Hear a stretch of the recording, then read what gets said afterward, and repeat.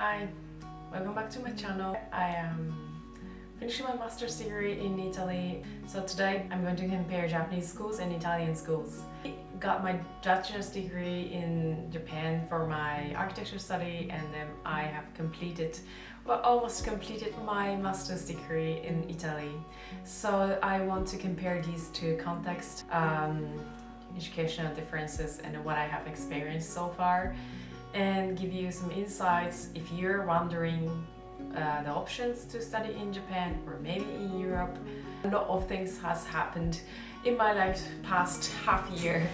I was more like a cave woman for half year, where I was just working on the thesis in my house or just in the cafe around here. I finally feels like back in society, back in YouTube and talking to people.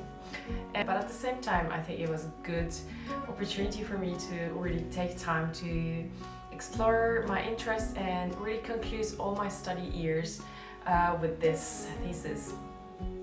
The key differences between Japan and Italy when it comes to master's degree is that in Japan there are more smaller study groups where it's led by a professor, and you directly learn from this professor or in this small group of people. So you have more certain focus and you really go for this specific theme for your master's degree. While in Italy, it was more general. I had been in a more bigger group of people and bigger class and lecture style. So I have been able to take a lot of classes on different topics of architecture. So I had a lot of technical courses in engineering. I was in also a design and history course, so I really focused on the technicality of dealing with the historical buildings and the reuse of them. So there were a lot of topics to cover in my master's degree. It was a lot of study. I have spent 2 years really studying a lot for exams and for the delivery of a lot of assignments. So it was more general, but at the same time a lot of contents.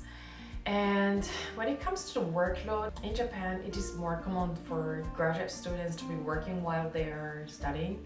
While in Italy it was less common that people are studying and working at the same time, because it's not a big culture in Italy to work part-time. I had some classmates who were working part-time in a studio or as an interior designer, but it was only a few people in a class of 100 people. So generally, Japan is a bit more like just part-time students, part-time working, and in Italy it was a bit more intense. You really have to dedicate a lot of time for studying, and you're considered usually full-time student, and full-time means maybe it's almost as what you consider studying as a bachelor student. Now I want to talk about what I have experienced in my master's degree in Italy. So overall structure of the master's degree is 2 years, so 2 years of courses, and then you have internship and also master's degree thesis.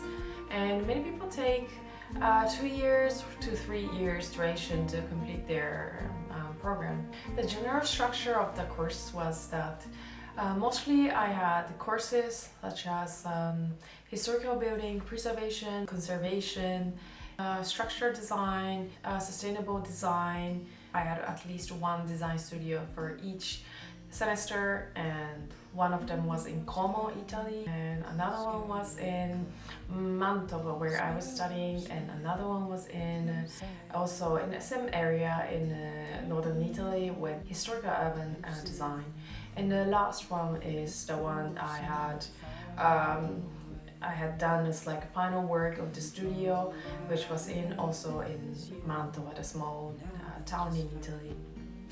It was interesting that I had the chance to learn about Carlo Scarpa, who is also Italian architect who studied in Venice, and he's a great architect, and I visited many of his works and also had a class in history about him. So it was very interesting to see a bit more like modern architects who has still the work left and that's close to contemporary architecture. So it was a interesting, not only historical context, but more about how we work on the historical architecture in the context of today's society.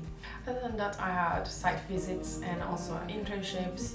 Because my course was in northern Italy, where it's historically rich, I had a chance to go into many historical buildings that you are not allowed to go in without university's permission. So it was a great experience as a student and also as an architect to have this experience of really seeing the architecture. And as a student, I think it's one of the advantages to do the masters in Italy. What I saw as a challenge studying in Italy was that the class was huge, so I didn't have a direct relationship with the professor so much compared to when I was in Japan and also the United States, where I had a smaller class and I had great close relationship with professors. But I think it depends on what you do throughout the time at the university in Italy, because there are a lot of opportunities such as joining like study groups or workshops. So, but for me, that kind of opportunity was limited compared to my experience in other countries. I put this experience of studying in Italy into the context of Japanese universities. I think, yes, Japanese universities are more organized, you have more closer relationship with professors, and you have a more probably structured way of studying and more specialized way of studying.